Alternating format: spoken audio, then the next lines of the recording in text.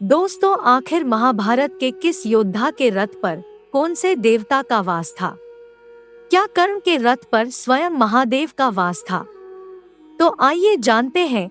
लेकिन वीडियो में आगे बढ़ने से पहले हमारे चैनल को सब्सक्राइब अवश्य करें और बेल आइकन जरूर दबाएं और साथ ही कमेंट बॉक्स में हर हर महादेव अवश्य लिखें। दोस्तों, महाभारत काल में एक से बढ़कर एक पराक्रमी योद्धा थे, परंतु एक योद्धा को महारथी बनाने में एक विशिष्ट व्यक्ति की हमेशा आवश्यकता होती है। इसलिए आज हम जानेंगे कि कौन सा रथ सबसे शक्तिशाली था और वह किस योद्धा के पास था और आखिर उसमें किस देवता का वास था। दोस्तों, महाभारत एक ऐसी धर्म गाथा है जिसमें अत्यंत शक्तिशाली देवपुत्रों ने जन्म लिया था और जिनके पास ऐसे ऐसे शक्तिशाली दिव्यास्त्रों का ज्ञान मौजूद था जिससे देवताओं तक को परास्त किया जा सकता था, जिन्हें अगर एक साथ ब्रह्मांड में छोड़ दिया जाता तो पल भर में संपूर्ण सृष्टि का विध्वंस होना तय था। लेकिन ऐसा होना संभव नहीं था, क्योंकि महाभारत काल में भगवान श्री कृष्ण भी थे, जिनके समक्ष कोई भी अस्त्र शस्त्र और समग्र विश्व को राख बनाने वाला पाशुपतास्त्र भी विफल था, जिन्होंने लाखों हाथियों का बल रखने वाले कंस का पल भर में ही वध कर दिया था और जिन्होंने कई मायावी राक्षसों को बचपन में ही मार डाला था।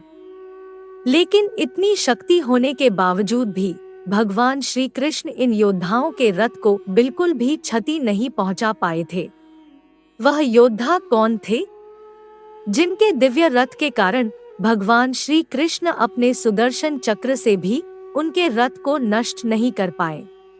जैसे कि आपको पता है, महाभारत काल में किस योद्धा के रथ पर कौन से देवता का वास था। वैसे सबसे पहले तो आप भगवान श्री कृष्ण का ही नाम लेंगे, जो स्वयं अर्जुन के रथ पर विराजमान थे और उनकी ध्वजा के रूप में हनुमान जी का वास था। लेकिन उनके अलावा भी कई सारे ऐसे रथ थे जो बेहद ही शक्तिशाली थे। तो आइए जानते हैं। सबसे पहले बात करते हैं पितामह भीष्म की।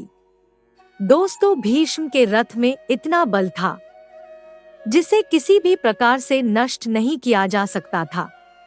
उनके रथ में इतनी शक्ति थी, यदि भीष्म अपने रथ से नीचे उतरकर समर्पण ना करते तो उनकी मृत्यु असंभव थी, क्योंकि उनके रथ में 6 प्रकार के अश्व थे, जिनकी शक्तियों का अंदाजा इसी बात से लगा सकते हैं। जब वह अश्व चलते थे तो धरती कांपने लगती थी। जिन घोड़ों की टक्कर से बड़ा सा बड़ा हाथी भी गिर पड़ता था। भीष्म जी को ये रथ उनके पिता शांतनु जी ने वरदान स्वरूप दिया था।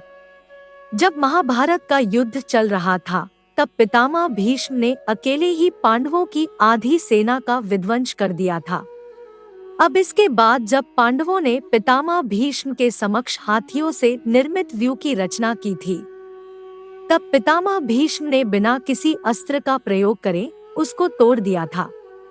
तब पांडवों ने श्री कृष्ण से पूछा कि मधुसूदन, बिना किसी अस्त्र के पितामह ने ये व्यूह किस प्रकार तोड़ दिया?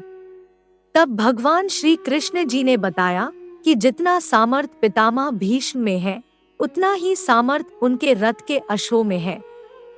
उनके रथ को खींच रहे एक एक अश्व में 22 हाथियों का बल है। अब ये सुनकर अर्जुन कहते हैं, हे केशव, ऐसे तो हम पितामह भीष्म को अपने किसी भी व्यूह से रोक नहीं सकते। तब श्री कृष्ण जी कहते हैं, उनकी चिंता ना करो पार्थ, समय आने पर उन्हें भी परास्त होना होगा। और आगे जाकर भीष्म पितामह ने स्वयं पांडव को बताया कि किस प्रकार उनकी मृत्यु हो सकती है।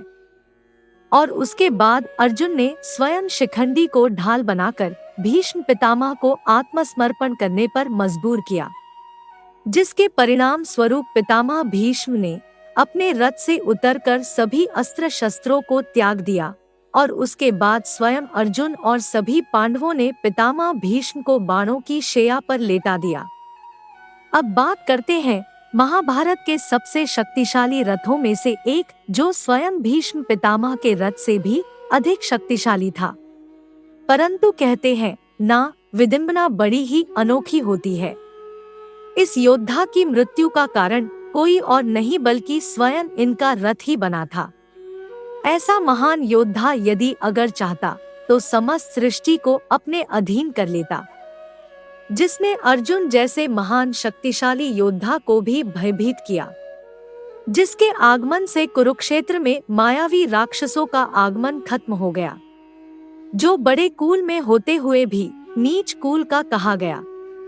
हम बात कर रहे हैं अत्यंत शक्तिशाली सूर्यपुत्र कर्ण की। दोस्तों, महारथी कर्ण के बारे में कौन नहीं जानता। उनकी धनु विद्या की प्रशंसा स्वयं भगवान श्री कृष्ण ने भी की थी। उनके पास अमृत से निर्मित कवच कुंडल बचपन से ही मौजूद थे, जिसे कोई भी दिव्यास्त्र नष्ट नहीं कर सकता था। इसलिए महाभारत शुरू होने से पहले ही भगवान श्री कृष्ण ने इंद्र से कहकर कवच कुंडल को उतरवा लिया। तब उसके बाद सूर्य देव स्वयं भगवान श्री कृष्ण के पास पहुँचे और उनसे कहा, भगवान, ये तो बड़ा ही अन्याय है। मेरा पुत्र तो बचपन से ही इन कवच कुंडल के साथ जन्मा था। तब भगवान श्री कृष्ण ने कहा, हर कर्तव्य के पीछे एक उद्देश्य होता है, परंतु आज आपका कर्तव्य है कि आप अपने पुत्र को युद्ध से पहले हर पिता की तरह भेंट दीजिए।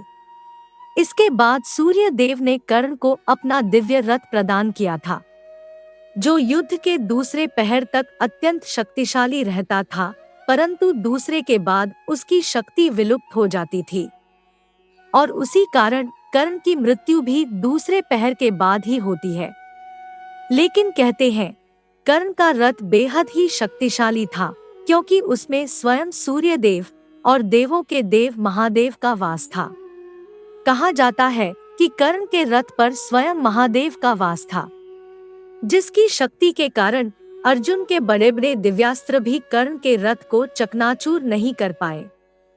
वहीं अर्जुन के रथ पर भगवान श्री कृष्ण और ध्वजा पर हनुमान जी विराजमान थे, लेकिन फिर भी कर्ण के दिव्यास्त्र के कारण उनका रथ भी पीछे जा रहा था। तब स्वयं श्री कृष्ण ने कर्ण की तारीफ की थी।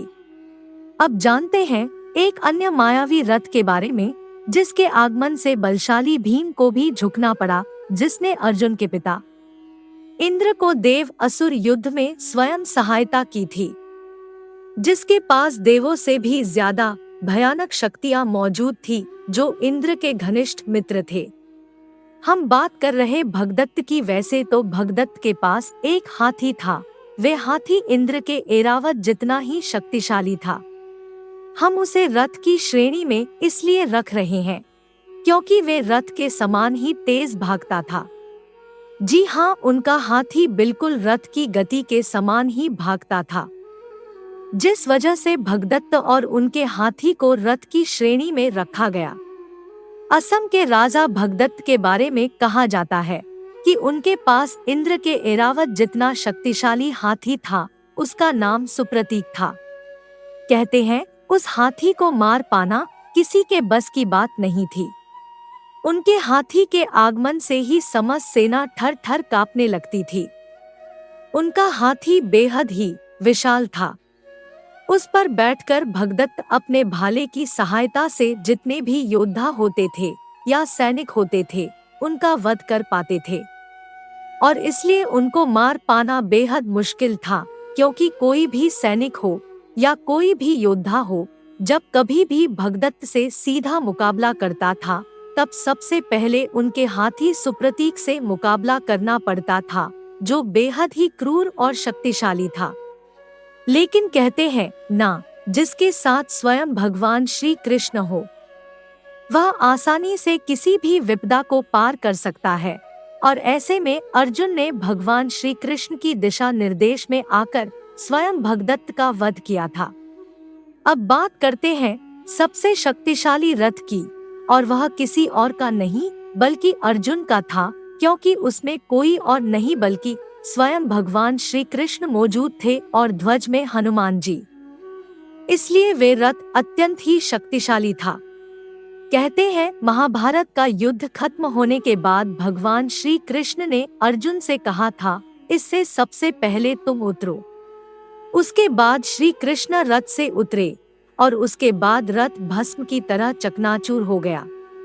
अब जब इसके पीछे का कारण पूछा गया, तब भगवान श्री कृष्ण ने कहा कि कर्ण के दिव्यास्त्र और तीखे बाणों के कारण रथ पहले ही क्षतिग्रस्त हो गया था, लेकिन ध्वज पर स्वयं हनुमान जी होने के कारण और रथ को मैं स्वयं चल रहा था, जिस कारण से रथ बचा था, अन्यथा रथ कभी भी बच नहीं पाता। दोस्तों, आपका इस बारे में क्या कहना है, हमें कमेंट बॉक्स में जरूर बताएं। और अगर हमारी वीडियो अच्छी लगी हो तो इसे लाइक और शेयर करना ना भूलें और हमारे चैनल को भी सब्सक्राइब अवश्य करें। जय श्री कृष्ण।